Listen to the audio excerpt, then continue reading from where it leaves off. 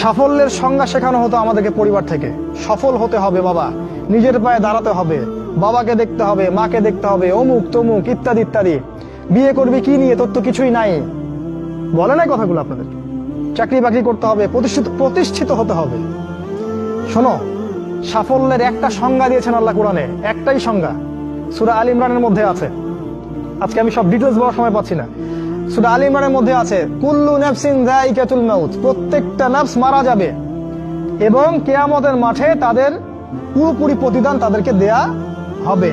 এখানে আল্লাহ সাফল্যের সংজ্ঞা দিয়েছেন, ফামান যুহজিহা আনিন নার ওয়া উদখিলাল জান্নাহ ফাকাদ ফাজ। ওই দিন কিয়ামতের মাঠে যাকে জাহান্নাম থেকে বাঁচানো হবে আর জান্নাতে প্রবেশ করানো হবে, ফাকাদ ফাজা, এই ব্যক্তি হচ্ছে সফল। সাফল্যের সংজ্ঞা কোথায় পাইলেন? যদি আমরা জাহান্নাম থেকে বাঁচতে পারি প্রত্যেক ব্যক্তি এবং জান্নাতে যেতে পারি, সেই সফল। এছাড়া কেউই সফল না, এই পৃথিবীর কেউই সফল না, কেউ না। সে যত বড় রাষ্ট্রনেতা হোক, পণ্ডিত হোক, বিজ্ঞ হোক, পণ্ডিত কে হয় হোক, যার দাপটে সারা বিশ্ব কাঁপে, এও সফল না যদি না সে জান্নাতে যেতে পারে। কিন্তু একজন এই ভ্যান চালক, এক রিক্সা চালক, এক আমার ওই গরিব চাচা, ওই কৃষক, সে যদি হিসাব দিয়ে জান্নাতে যেতে পারে, সে সফল। তিনি সফল, তিনি আল্লাহর কাছে পছন্দের বান্দা।